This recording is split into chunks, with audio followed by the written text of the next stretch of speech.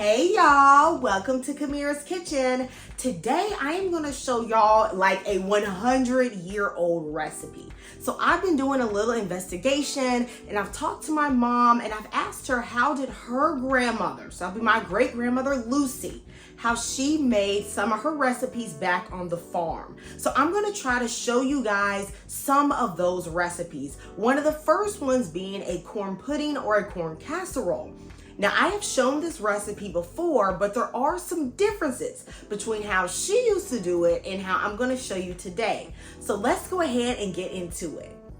So let's get into these ingredients. Now, my mother tells me that my Granny Lucy always used fresh corn. So of course they were on the farm, so they had their own corn. So I am going to use that today, but not only am I going to use the fresh corn, but she had a special technique for getting like all the sweetness out of the corn. So I'm going to show you guys that today.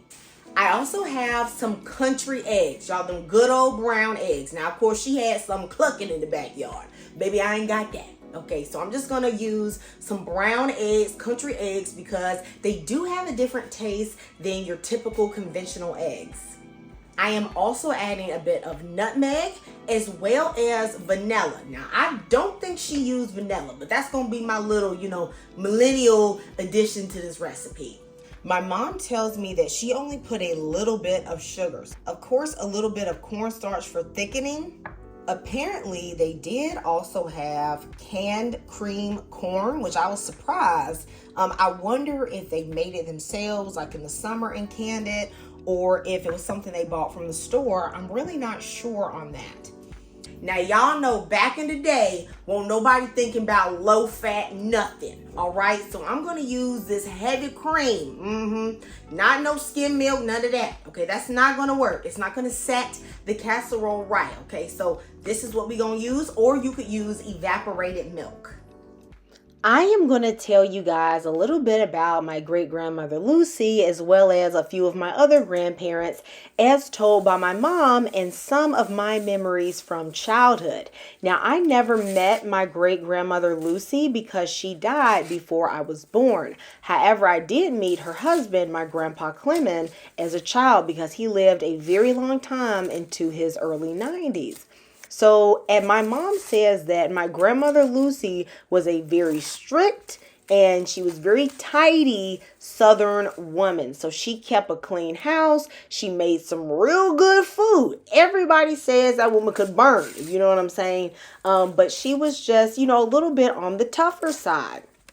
However, my grandfather Clement, who I remember was very tall, brown-skinned man, kind of like your gentle giant. So I find it very funny how even back in the day, you have these opposite personalities, I guess, attracting. Now, my mom says that she would always go and hug up on my grandfather Clement because he was just so sweet whenever she would come over the house or they would have to watch her.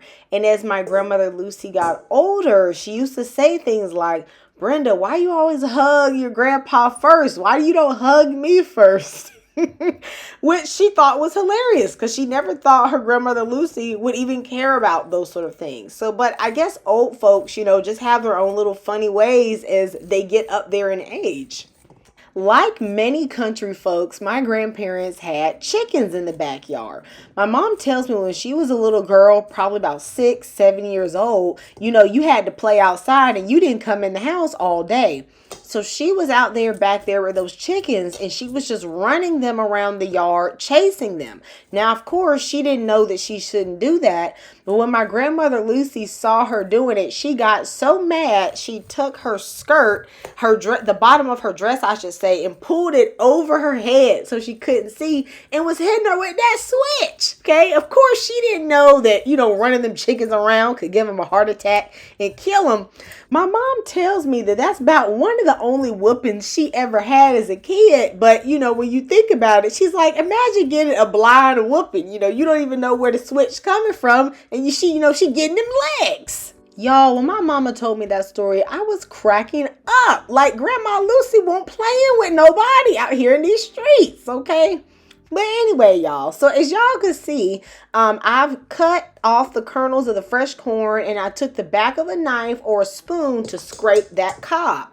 Doing that is going to get the sweetness out of that corn cob, which is actually really delicious and adds a nice fresh flavor to your corn pudding. Into a large bowl, I'm going to add 4 eggs, about 1/4 of a teaspoon of salt, and 1 1/4 cups of heavy cream, as well as 5 tablespoons of butter. I'm only using 1/4 cup of sugar, but you can really adjust the sugar based on your own preference. My grandmother's name is Nanny Ruth, she put lots of sugar in her corn pudding, probably up to about 3/4 cup. So it's really up to personal preference, but my mom says that my grandma's Lucy's was always only mildly sweet, okay, especially since you're using that fresh corn. I put in about 1.5 teaspoons of vanilla, as well as 3.5 tablespoons of cornstarch, and I'm going to beat this until it is well combined. Then I will add in 1 can of creamed corn. I realize that I cut way too much corn, y'all. So you only need about 3 to 4 cups of the fresh corn. So I just saved that corn, the excess, for me to use later with another recipe. Mix this until it is well combined, and then you can make any adjustments to the spices or the sweetness that you want. It is really important to use a large casserole dish, because if this doesn't bake out flat, the custard is not going to set right. It's going to be too deep, and then it's not going to cook well. So in a 9x13 baking dish, I'm going to butter this well because I want some beautiful brown edges.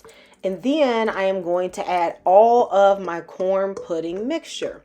I'm going to just put my spoon across the top to make sure it is spread evenly, and I'm going to bake this in a 400-degree oven for about 35 minutes.